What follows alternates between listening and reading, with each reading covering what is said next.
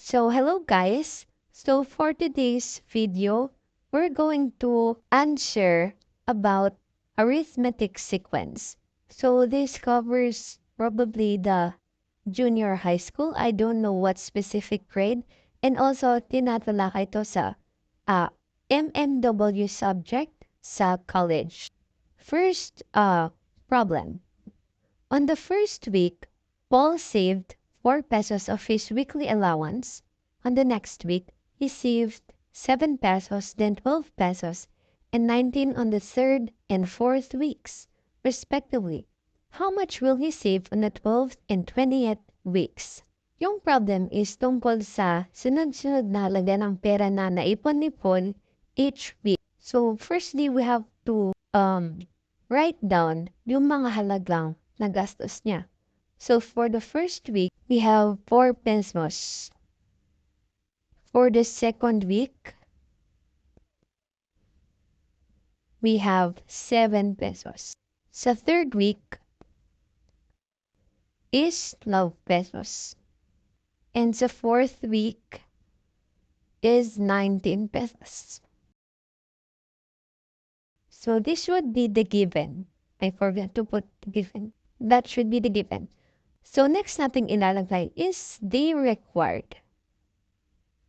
Required o yung hinahanap sa ating problem. Tinatanong, how much will he save on the 12th and 20th weeks? So 12 and 20th weeks. Yan yung hinahanap. Firstly, before we answer this, we have to find out the pattern in the sequence. Since this is an arithmetic sequence, malagang tignan muna natin yung pattern for us to find out the pattern that will also help us to find the answer. And for us to get that, we have to find the difference of these two and these two. These two. Firstly, 19 minus 12. And the answer is 7. Next, 12 minus 7. 12 minus 7 is 5. Next is 7 and 4. 7 minus 4 is 3. So, ito yung pattern. 3, 5, 7. At pag pinag-minus nyo sila, for example, 7 minus 5 is 2. And then, if we minus 5 and 3, makukuha natin is 2. So, here, nakita natin ang their common difference na 2. Next natin gagawin is to use the arithmetic sequence formula. This is the formula. So, itong formula gagamitin natin is yung maikli or yung mas pinadaling formula. Well, it's up to you what formula you want to use. But here's what I use most of the time. Wherein AN is yung halagang naipon sa nth week. Ito tamang N, ito yung number ng week. Since ang hinahanap is for 12th week at saka 20th, unahin muna natin itong sa 12th week.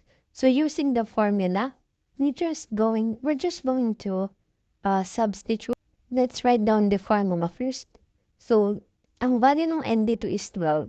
Since pang 12 yung hinahanap natin. So, A12 equals 12 squared plus 3.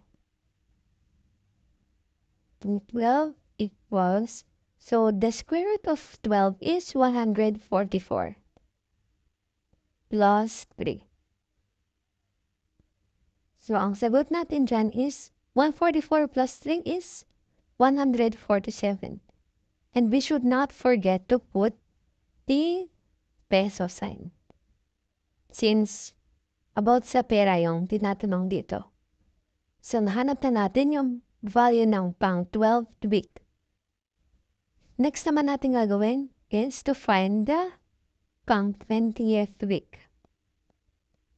Same to what we did earlier. We're gonna have to put the formula first. AN equals 10 squared plus 3. So 820 equals 20 squared plus 3. 820. So, square root ng 20 is 400 plus 3. So, 820 equals, when you add this, there is 403 pesos. So, that is the value. Okay, so with the answer we get, ang na-save ni Paul for the 12th week is 147, and for the 20th week is 403 pesos. So that's all. Thank you for watching. If you want some more tutorial videos, just comment and write down what you want me to do for my next video. Thank you.